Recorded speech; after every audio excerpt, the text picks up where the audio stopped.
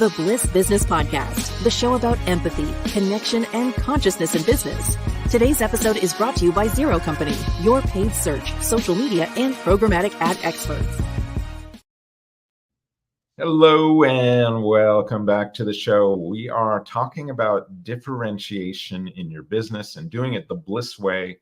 Today, we look at customer experience. It's like the company version of dating, but when the date goes bad, it's, can I speak to your manager?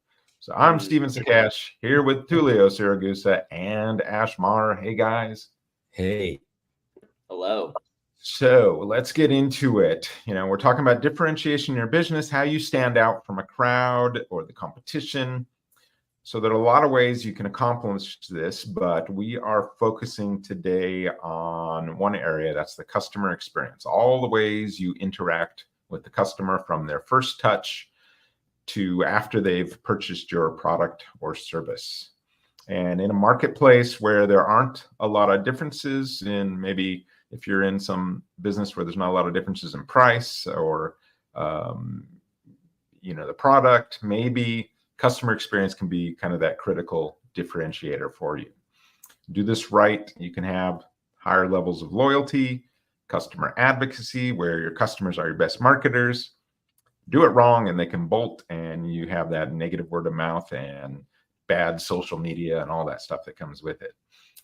Ash, let's get into some data here. Companies with a customer-centric approach, they often outperform competitors. What kind of data can we share with everyone? Yeah, so they definitely do. So a couple studies here. One from Bain & Company. A customer is 4 times more likely to switch to a competitor if the problem is service related rather than price or product related. That's huge. I mean, that's a big 4 times. Yeah, they're 4 times likely to jump ship to your competitor. So really interesting stuff. So now there's another study by Forrester. Companies that lead in customer experience outperform by nearly 80%. That's crazy. It's not like 30% or 20%. It's about 80%. A study by Dimension Data, 84% of companies that work to improve their customer experience report an increase in their revenue. So for those who are like, is this going to make me money? What's the point of all this? Oh, well, it does. It does actually increase your revenue base.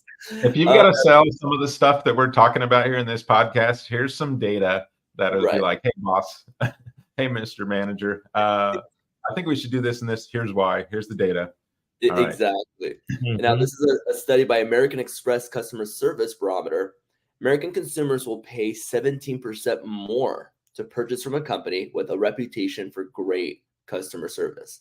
It's funny. I actually feel that way myself. I take pride in some of the companies that I pay extra in because I could tell all my friends, well, they have the best service ever, right? It's always like a bragging. So I never thought of it from a conscious perspective that there's other customers feel that way too. They take pride when they're it's a big deal too. Like if you want to raise your prices a little bit, this is a good way to add some more value, is by just outperforming in this particular area.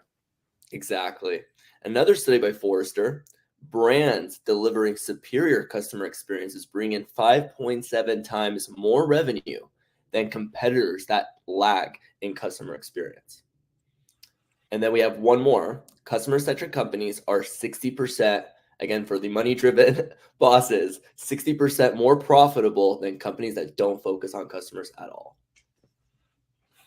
Yeah. So if you've got to convince your manager and tell her, hey, I think we should do this or this, here's like a few data points. Just take this and then you can sell it in.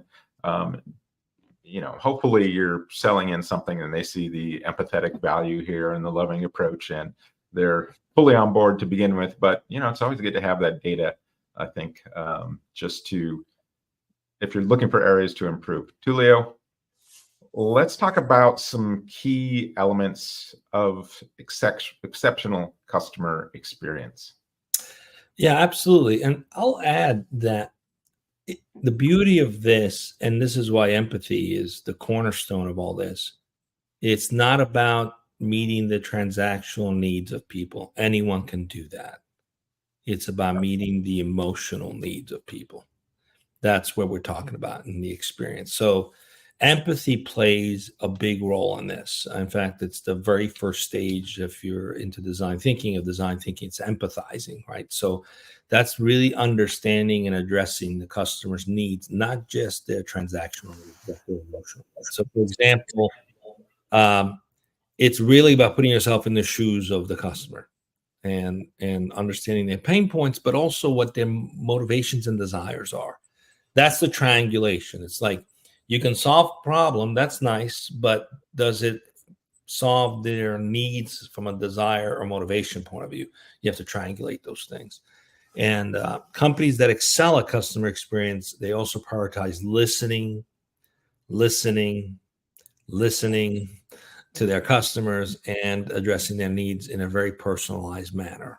So there's no cookie cutter approach here. It's really just making it personal. Some examples of this. Probably the best example would have to be Amazon. They do it so subtly. So when you think about it, why is Amazon so popular? Well, they're an e-commerce site where you can buy stuff. But what's the challenge with buying stuff online? Well, you don't get to try it. So you're not sure if it's going to fit right, if it's going to be exactly what you wanted. And so you take a risk. And then the worry is, okay, if I don't like it, what's the process to return it? Is that going to be a pain? You start to worry about all these things that could cause pain in the experience of buying a product. So they removed all that. It's like, just buy it. You have a problem, you can return it. There's even a return for no longer needed option, right? So, and they make it simple. You can get it picked up. You can drop it off at different places that are nearby your home. So that's empathizing for the need for someone else. Like, I need a product, or I need a clothing item. I don't have the time. So it's empathizing with the need of people who want very efficient shopping experience, but I don't want to deal with the headache of having to be bothered with a big process if I don't like it. So they removed all that. So it's a great company showcasing empathy and how they have set up their entire business. And then they use other things too, like matching up your experience to other things that might work out for you. They recommend the sizes based on your previous history and things like that. So they are as close to having created an experience that is frictionless. And that's really what it's about, frictionless. You know, even Zappos was historically known for their dedication to customer service, which was a natural. Yeah, I remember, like, I don't know if you guys remember, like, so certainly I was like an early Amazon customer, but also like an early Zappos customer. And way back in the day, this is kind of like a first, shoe company kind of experience. Like, I've never bought shoes online. How is this going to work? When you're used to buying shoes in the store, you get to try them on, walk around. So you got all these obstacles to kind of overcome. And Zappos is like, hey, yeah, no, just get them. If it doesn't fit, return them. Real easy, no problem. Everything's free in that transaction process. So it overcame a lot of these hurdles that, this was back in the day when we were first starting to buy online, where it was like shifting our mindset. And so they did a really good job of just making those obstacles, not be a problem to introduce this concept to everyone. And in a product that's typically one of those things where you're really picky because you have to try them on, shoes. So it's, they succeeded at something that would otherwise be even difficult for department stores to succeed at. And also they were a self-managed organization too. So that's another element that they brought into the picture. So, but also one of the things that, and I can go back to the Amazon, like they acquired Whole Foods and now they have the Amazon Fresh stores. The experience is seamless. It's the same wherever you go. So it's about keeping consistency with the experience as well, which a lot of brands struggle with. Sometimes you'll go into a division of a business and it feels like it's a whole different company. And they'll even tell you, we're in a completely different system. They're like operating as a different company. That is not good news to the customer. It's like, you telling me that, it's not going to help me make me feel better about you as a brand. That's just basically saying we are disconjointed. We don't care about you. We haven't put enough time to put things together, create a seamless experience for you. And we're going to tell you about it. So that's another key thing, is create reliable, consistent, trustworthy experience for customers.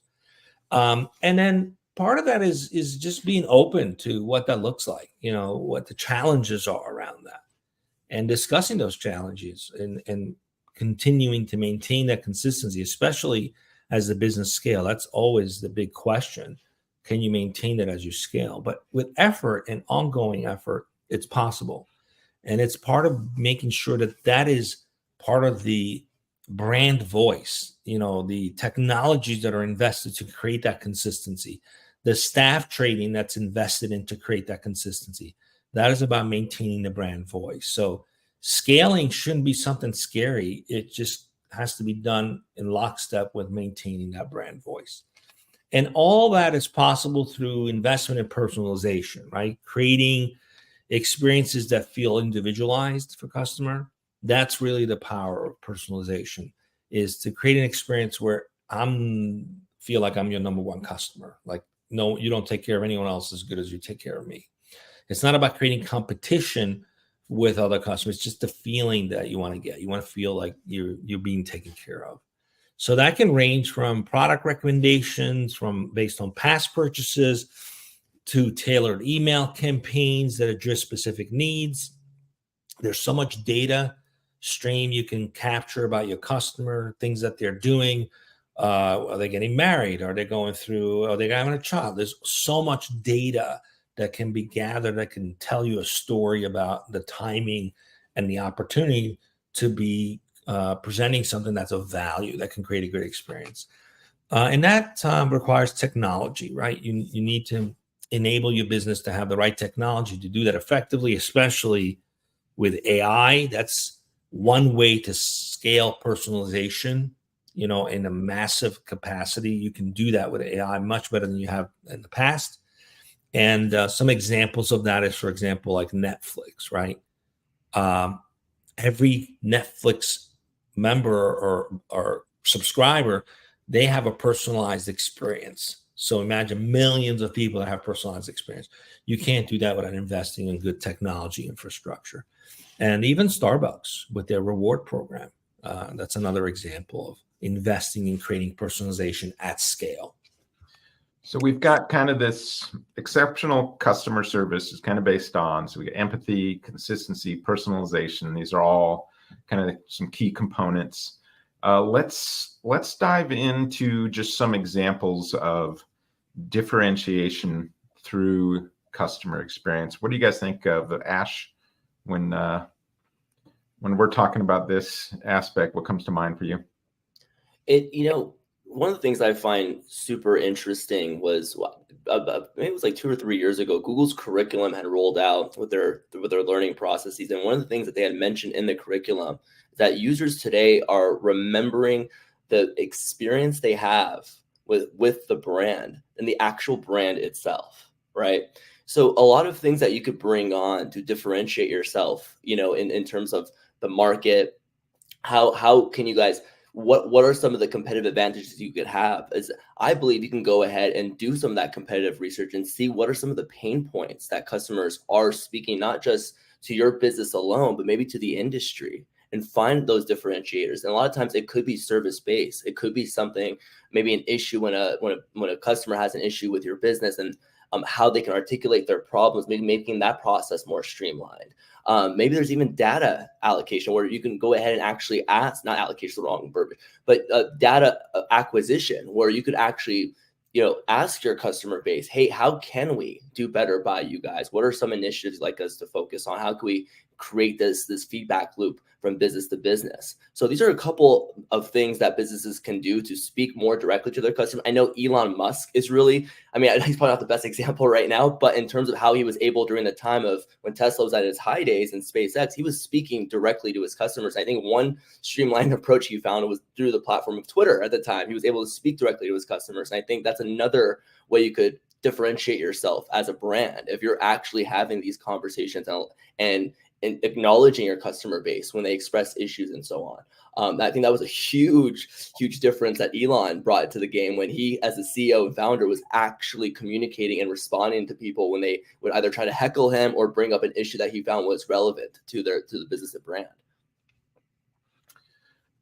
I think another great example is Apple. I remember when I switched to Apple and realized I could integrate all the devices. And if ever I lost one, I can recreate and reimage it just the way it was, like almost instantly, because of everything being on the cloud. But so they've created a seamless experience, truly a seamless experience. And it's very customer-centric design. They're known for being very user-friendly products, for good integration. Like, for example, if you use an iPhone or a Mac or Apple Watch, they consistently create the same experience, and it's very intuitive. Even when you go to the store experience designed to not just be a retail space, but an experience. You can go there and you can learn. They have seminars, they do different things to educate. And so it's a whole different approach. So it's consistent with this experience of being helpful. And the staff, and even how they display their product, everything is geared to be memorable and to be engaging and to be interactive. And they've differentiated themselves through simplicity. It's not about the high tech or the many features and functionality. It's just simple. The aesthetics, the innovation, it's like minimalist design and things of that sort that appeal to a lot of people. And those people are very loyal to that brand. Even if for some reason there's some new technology or something that comes out, I'm often look at some new tech. I'm like, that'd be really cool to have. But then I'm like, yeah, it's not worth enough for me to give up the simplicity of what I have. But, that they're very targeted to a particular kind of group of customers that value that, right? Yeah. So that's an example. I think, back in the day, it was like Mac versus PC, and that's what they're really trying to differentiate with is, hey, you don't need to, have some semi-technical skill to get what you want to get out of a PC way back when. And so then, they carried that through now to like the iPhone, like you said, it's just very simple, aesthetically clean, just ease of use is just, that's what you think of when you think of Apple's just very minimalist type of. Another company that was really interesting back in their heyday as well, when we talk back with what Tony Hsieh brought with Zappos. And the whole idea of they were delivering happiness. I know back in the day, I think it was maybe 5 years ago. This was when Tony Hsieh had moved his campus from, I think they were out in New York, they may have been, but they moved it over to Las Vegas and took over the entire area and ended up redeveloping all of Fremont East or West. I think it was Fremont East. And that was when Life is Beautiful came. So the culture of delivering happiness became an internal one within the company, but then they brought that out to their customers. And it was really fascinating. So Zappos was known for going above and beyond, like surprising customers with free upgrades to overnight shipping. And then another thing that they did that differentiated itself was creating a company culture where customer service was everyone's responsibility. They put it on the employees to say, hey, our culture is to deliver happiness. It's your job to make sure we have the happiest customers. I like that. Yeah, I like that approach. It's like, hey, everyone, this is your responsibility. We're not, that's not just customer service or something. It's everyone. Well, their culture matched. I mean, they were a World Blue certified company, which is a self-managed system. So their culture was designed where there were no bosses. Everyone was accountable to be their own boss. So it was permeated throughout the culture. Everybody acted as if they were the CEO in power to create a great experience. So it wasn't just nice, fancy marketing. It was actually the organization structure matched what they were putting out there. 100%. And it goes back to that example. It started at the top. So I think that, I don't know if you guys recall, but there was a point in time back in Vegas, I think it was a couple of years ago, and rest in peace, Tony Hsieh, but this was the time when he was alive. They had this, a bunch of townhomes. It was, what were those called? Homes on wheels? What are they called? RVs. But essentially, there was an area of downtown Vegas, all RVs, a bunch of, they call them Zapponites. Everyone that worked at Zappos lived in these tiny homes. And guess who lived with them? Tony Hsieh. So he had his own little tiny home, and he would engage with his employees as if they're all his friends. And that was the culture. He was just like them. And they all knew he created Zappos, but there was never a time where they felt he was above them. He was doing everything the same. The cultures trickled down to everyone else. So everyone felt like they were a boss when they wanted to be a boss. Everyone felt like they could be vulnerable when they wanted to be vulnerable. Everyone was able to play the roles, and it just created a beautiful culture. Yeah. And I think the key, and we'll talk about this some more, is really empowering employees so that, they can be the ones to make the difference right then, right there. And we often talk about this. We've mentioned this in other podcasts, but like Ritz-Carlton, where employees has like authority to spend up to like $2,000 on something to, without manager approval, to get something done, to do something memorable. So they can create that, that personalized experience, and, remembering guest preferences and surprise them with something on their next stay. Mm-hmm. All that is just, it levels you up with that customer experience, right? So let's talk a little about some strategies here for differentiation through customer experience. So we want to kind of go from ordinary to extraordinary, right? So one of the things to do is redefine your touch points. So identify every customer interaction, no matter how small, really, and look at them for opportunities where you can, surprise and delight your customer. Handwritten notes, personalized follow-up emails, surprise gift. I kind of think we do all that at our company. And when I think about building that Bliss into our company, I look at these types of systems, just how every little bit of it is actually an opportunity for you to level up your game. So, no matter how small, whether it's like packaging, or you got an unboxing experience, or, the tone of your automated emails, little by little, a little makes a lot, right? That's kind of one of the mottos we have with Bliss, is just, you don't have to have the be all end all program right here, finished and done, but just break everything down. Look at how you can improve this one little aspect, build some love into this one little aspect, and then find another one, then find another one, then find another one. So I think, that customer experience, just look for where you can have this sort of moment of surprise and delight. I think a lot of times where people just aren't expecting something, that's kind of the easy, big thing to do. So that could be like an unboxing. I know on like Etsy, sometimes whenever I purchase something from Etsy, the vendors there they'll give you something a little extra unexpected that you just did not order in there. And it's just, it's a small little thing too. It probably costs them 50 cents or less, right? But it's just this extra little thing that you're like, oh, this is cool. And so you get that initial consumption emotion that is this sort of surprise and delight. That's really powerful with building that emotional connection. And it's so key. I think it's important to clarify. Sometimes we think empathy is just tied to feeling someone else's pain. That's one element of it, but it's also tied to celebrating someone else's desire to celebrate. And so we did a whole podcast on positive empathy. It's this positive empathy, right? It doesn't have to be. Yeah, we did. Exactly. It's also recognizing that we don't just want problem solve. We want to also celebrate, celebrate with me, help me celebrate. So the surprise and delight it feeds into that. And to do all this, you have to be really good at listening. You've got to listen to the feedback the customers are giving you. You've got to look for those opportunities to continuously make improvement, to innovate. And that requires, again, listening, and then using that feedback, those channels such as surveys, or even what people are saying on social media, or direct communication when someone calls a customer service center or a chat line. Listen, see what they're saying, what they're asking for. Gather those insights and work on those things that are most valuable to the feedback that you're getting from the customers.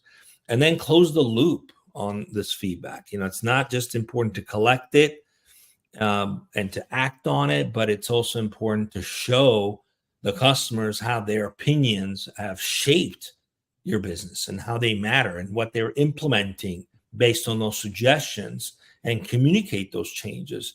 That's how you close the loop. It's like, thank you for letting us know we took action on it, and here's what we're doing.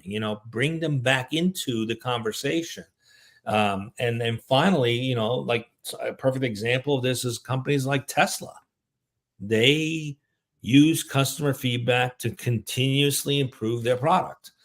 from software updates to hardware enhancements, building a community of loyal advocates. It's not building a customer base. It's building a community, and a community is a two-way engagement.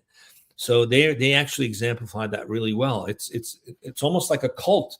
The way Tesla has created this community, they know everything that's going on and they communicate with each other, but it's in a positive way that they're very effective at creating great experiences long term by continuously listening, making changes, and then communicating what those changes are.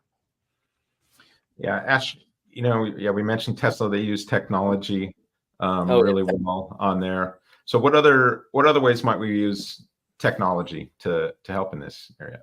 Well, what's amazing today is AI machine learning is massive and being able to extrapolate or extract data that you need to make decisions. So, you could use machine learning to be used to tailor experiences for each customer, whether through personalized recommendations, dynamic pricing, or custom content delivery. There's also omni-channel integrations. It's super important to have a seamless experience across all channels: online, in-store, mobile, customer support.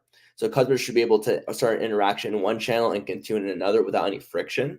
And there's tools today that can streamline those conversations. And for an example, companies like Starbucks use a mobile app to enhance customer experience, allowing customers to place orders, earn rewards, and receive personalized offers. And I know my girlfriend uses this app all the time, and it's kind of gamified for her. So she knows she's now gamified to go ahead and get her points and get her next coffee. And whenever there's any issues with her order, she's able to then use that app and communicate that. And like you mentioned, Elon Musk and Tesla, essentially, they've been really good at using omni-channel conversations, where Elon, it feels really comfortable just speaking to his customer base directly through the X platform. And he's created other platforms where that, individuals can communicate with Tesla. They're very data and technology focused. And lastly, just to kind of wrap things up, as I mentioned earlier, just the AI model, being able to scale data extraction and then be able to use these tools to offer recommendations and so on and so forth without you having to do that manually anymore, right? The AI could tell you what your customer base wants, and the AI could communicate with your customers and share with them what they think based on their user searches and how they're not engaging with your brand, what they think would be a best fit for them. And that could be a very powerful tool for you to use. I like the Starbucks mention on there. Just thinking about it, just reminded me of there's a lot of different coffee places right all over, but sometimes you do just need like that app. Like we used to, dropping my daughter off at school, it'd be like sometimes, hey, let's stop and get Starbucks on the way. So you're just like putting that in, and so it's like right on the route, pull in, she runs out, grabs it, hops back in. Super convenient. I mean, that's a differentiation right there, is that convenience. And maybe you'd like some of these other mom and pop coffee shops or something like that, but it's hard to compete sometimes with just that super ease of use at any given moment. It's funny, I just experienced that today. I think it happened a while ago, but I just saw it and experienced it, where I started a Google Meet meeting on my mobile, and then about 5 minutes later I signed on to the computer, and it gave me the option to switch to here, and it just switched. So it turned off the one on the mobile and switched, instead of having two screens, which is typically what used to happen in the past. That was super seamless, Tullio. I was in that meeting, and Tullio was like, I didn't have my screen on and stuff. Sounded a little, and then he sat down, and then the thing came on instead of the hang up sometimes you have, and then someone dials back in. Or it was awesome. I was like, I could continue the meeting seamlessly, and probably maybe he was eating when he didn't have the camera on, whatever. It was just beautiful. And that's a subtle little thing that really creates a better experience. Like if I'm going to use a good conferencing system, I'd rather use that because it gives the option of someone to continue somewhere else. Let's say you're in a meeting, you have to leave, you can move it to your mobile and just switch over seamlessly. It's kind of nice, but those little subtle things is what technology enables you to do. I'm sure that came out of listening to people's feedback saying, hey, it would be nice not to have two of me signed on at the same time when I switch devices, Yeah, sometimes you see that. It's just like, suddenly they're offline for a second and then boom, back on, and it's just not seamless. But that was super smooth. And I did notice it this time. I'm like, oh, why was that so smooth? Let's go into let's talk about the moments that matter. So this kind of refers to these pivotal interactions between customer and brand. And this is where you can make that significant impact on their customers' perception and their loyalty and relationships with the brand. So we just talked about like one of those moments of matter right there with Tullio. It was just like this small little thing. But so these can also be negative, though. They can be positive and they can be negative. So like the negative example might be like we talked about, just that disconnect and pain in the butt to get back on and all that. So you can have moments that matter, and you can be on the negative side or you can be on the positive side. Other things, examples of this might be, onboarding experiences. We do that a lot with, our marketing clients, and we're looking at all these little details of our onboarding experience because this is really when first impressions are made. So you want to look for some of these areas. Another might be, resolving the customer complaint or something. This is, a very critical point in that dating relationship, that I mentioned. You don't want to get to the company version of, hey, can I speak to your manager? And that's like, okay, the date's gone south here. Can I speak to your parents? Could you imagine? Yeah, I need to talk to your mom for a second. We'll talk to your mom a little bit. Let her know how this date went. I got to see what happened here. That might actually be good. Could you imagine? Anyway. So look for these kind of things. A lot of anniversaries with the brand, things like that. These are crucial because you can create that emotional connection with the customer, which is that key driver of brand loyalty. So customers are much more likely to remember how a brand made them feel during these moments than the product or service themselves. And so we've talked about this a bit. You've got these 31 feeling clusters that have been identified by advertisers and marketers prior to purchase, and then at purchase, there's 17 key emotions when someone consumes a product or service, and half of these are positive and half of these are negative. And so when you can tap into those positive ones, this is how you create that emotional connection. Ash, one of the things that we look at for kind of figuring this all out is that customer journey, right? Yes. Let's talk about that a little bit.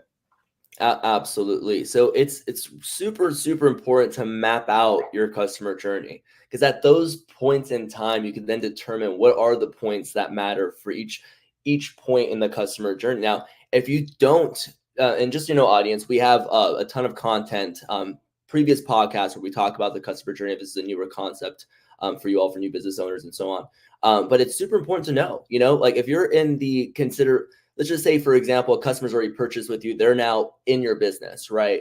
And let's just take, for example, they had an experience with your business. They've used your product, and maybe the product didn't meet up to standard, or maybe there was a shipping issue or something that may have occurred. What is the points that matter in that specific point of the journey? And what can you do to turn that customer who may have a contentious experience with you to say to a brand ambassador, be like, hey man, they really do care about my experience. And although I didn't have the best one at this moment, they acknowledged it and took care of my situation. That's one example. Now there's other points in the customer journey. Maybe it's pre-purchase, maybe it's before they bought. What was the sales process like? Were you super pushy? Were you pushing products and trying to upsell them on things they didn't need? Or was there a genuine connection made, a true rapport? Did you truly try to guide them? And was your product truly a solution for their needs, right? And what are the points that matter for that customer at that point, right? If the customer decided to say yes or no, how do you deal with the customer after the fact? Maybe they decided to say no, but you still acknowledge that you had a great experience with them. Maybe you send them a gift, thanking them for their time. Something that's so off the wall, like, wait, I didn't give you any money, but you're still thanking me. You're giving me a gift and you're asking for feedback. It could be expensive to just gift people who end up not doing business with you. But if there's a feedback attached to it, that could actually be something that plants a seed in that customer. They decide to move forward with someone else, but they're like, hey, that last one really did care. So if I didn't have such a great experience, That could be the example of a customer jumping to a competitor, right? They may come back to you because you actually showed that you cared about the experience, and for whatever reason they didn't move forward, but you still planted that positive seed. So there's different ways to go about it, but really knowing your customer journey entirely, you could then look at it from a bird's eye view and then be like, okay, at what point, what matters to the customer? What are the points that matter that we can go ahead and create a special experience for that person at each point in that journey? Yep. And what's interesting is that's listening and looking for those interaction points, but you can also create proactively memorable moments. You can take a practical approach to creating them too. And it's not that complicated. It's pretty easy stuff, actually. There's two things that you want to focus on. One is surprise and delight, and we talked about this in previous podcasts in great detail. And the second is personalization and relevance. So from a surprise and delight perspective, the power of the unexpected is always a positive experience. And if it's something that's a net plus, right? Not the unexpected when something goes wrong. So it could be an unexpected gesture like a thank you note or something that, customer service person goes an extra mile. So it's about creating an experience that would turn something otherwise routine into something special and memorable, right? It's adding that additional item in the box, that they didn't expect. So it's surprises, upgrade. You check into a hotel and they upgrade you for no reason other than just surprise and upgrade you. The thank you notes, the small gifts, all these things. And then, this on the surprise and delight just reminded me, like I was going through a demo on our AI Chief Marketing Officer platform, and literally we've got a surprise and delight tool in there. And me using that, it was actually a surprise and delight experience for the person I was demoing it with, where it was like, hey, what is this tool? And so, all right, let's go through it. And took like just a few seconds. And then suddenly they had back all these ideas about their business on how they could surprise and delight them. And you could see them just be like, oh, wow, this is amazing. Oh, and they just started reading through them all. And so we literally had like this surprise and delight sort of experience with our surprise and delight tool. Let me do a quick plug. Yeah, if you go definitely. You go to AICMO.io, get on the wait list. Like I said, we're going through the some beta demos and stuff like this right now. And just when you were talking through that, I'm like, oh, that's funny. We actually had this sort of I don't know if it's meta or not. The beautiful thing is everything we're talking about, a lot of this is actually built into that platform to make it simple and easy to do. So we're not just talking this stuff. We're actually putting it into a real life practical technology you can leverage to do it.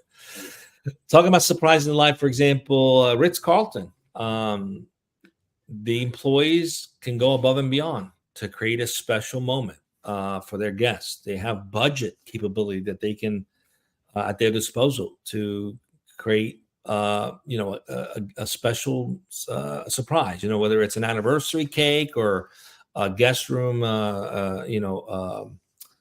celebrating their anniversary or something else. They can delight, they can create something pretty amazing, whether it's sending chocolates or wine or what have you. They have the ability to do things like that. Now, that's the surprise and delight. The other one I mentioned was personalization and relevance, right? Because those are key to making something feel with intimacy, right? So, the beauty of empathy is that you can create intimacy with that too. So personalization plays a crucial role in creating those meaningful moments that matter. The more relevant, the more tailored the experience that the individual has, the more impact it will have on them. So customers can use customer data to personalize interaction. I had mentioned this a little earlier about you can easily understand what's going on in someone's life.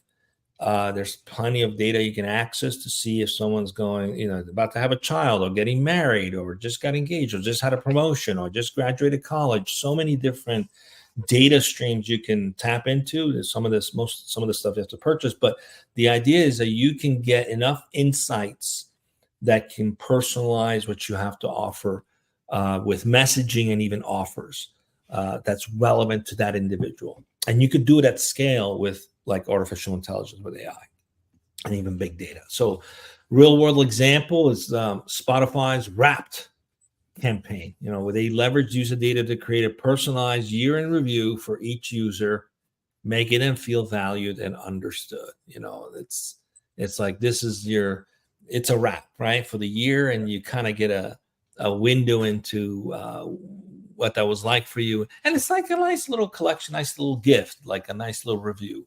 And there's other companies that do something similar.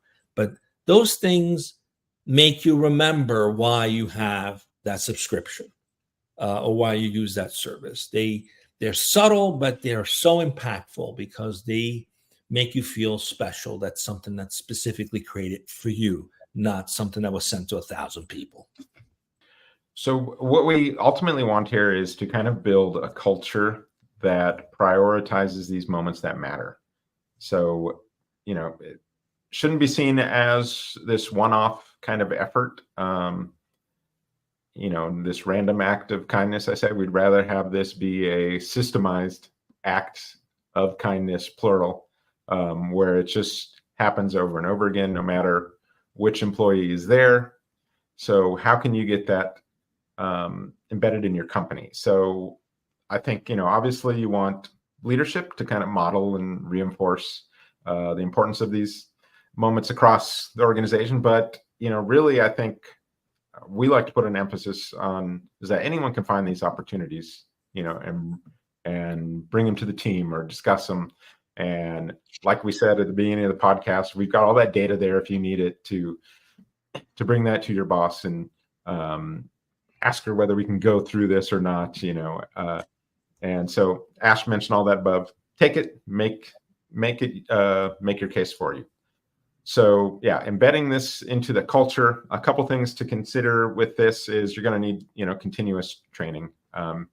If this is something new, you're going to want to make sure employees, fully know how to go through this, but you also may have some special needs of, I think of like, was it Chewy.com that has like that moment where someone's trying to cancel a subscription because their pet just passed. And so this is going to take some specialized training to, really have the empathy and meet that moment with the right tone and everything. And they do a great job of that, where, they empower the employees to give a little gift, even though this customer is leaving them. But this is one of those key kind of moments that matter. But you got to have training, just to be able to fully pull that off and make it authentic. That feels like it should automatically be authentic moment for most people, but some people, just some help along the way here can go a long way. The next thing is really, I think, and we do this a bit, is kind of recognizing employees that kind of go the extra mile. And I think, not just for, obviously it's good to, give some praise to the employee for some creative example, that they came up with of, for us, it'd be like the Bliss culture. But we kind of use it as even a training example, like, hey, we just want to highlight, I did this for a client, and then all the other, account managers like, oh, that's a great idea, and put that in their notebook of things they can do. So recognizing employees that go above and beyond, but also, use that as one of those training elements. Tullio, so let's go from moments that matter to metrics that matter. I always say this, but business often just focus on the revenue metrics, but what about the customer experience metrics? It's like, how do you track if you're on track with this? Well, there are a few key metrics. One is the Net Promoter Score. Everybody's familiar with the NPS. The higher the score, the more likelihood of a customer being loyal, and also the higher the Net Promoter Score, the more likelihood of the customer doing a word of mouth referrals. So that's not just a score to measure the satisfaction of a customer. It's how well that customer will evangelize or be an ambassador for your brand. That's key, right? So then there's also the customer satisfaction score, which is about capturing feedback on specific interaction, right? So that's testing to see how well is our training program with our employees, how well are we resolving problems, right? That's a telltale sign of whether the culture is matching the desire to serve the customer. So it's a good way to gauge whether we're meeting customer expectation. And then finally, customer effort score. That's really about measuring whether the task has been fully completed on behalf of the customer, has the issues been fully resolved. The lower the effort, the better the experience, which impacts customer loyalty. And then I would dare say there's probably one more score that most companies don't even track that could be a good score to track, and that's the employee satisfaction score, because that's a telltale sign in how well adjusted the employees are. Happy employees means happy customer. So that's probably something that could be implemented that's not being done today as well. And these are all important because without these metrics, you can't really judge whether you're performing to the expectation that you're trying to create, which is one that's a memorable experience for everybody involved. Yes. So, what we want to ultimately do here is build love into scalable systems and make that a differentiator for you. It's something that we are constantly evaluating and reevaluating. Why? Because, we know we're going to crush it with accumulation of these things over time. Maybe one or two is not going to do it, but like I said, little by little that starts to add up. And so this will change your culture over time, because now this is what you're about. And when you're about it, that's when you finally get to that authenticity. And which for us as a marketing agency, we can help you talk the talk, but we want you to walk the walk when it comes to building your business with meaning and higher purpose. So that's it for today's show, and we will see you again on the next Bliss Business Podcast.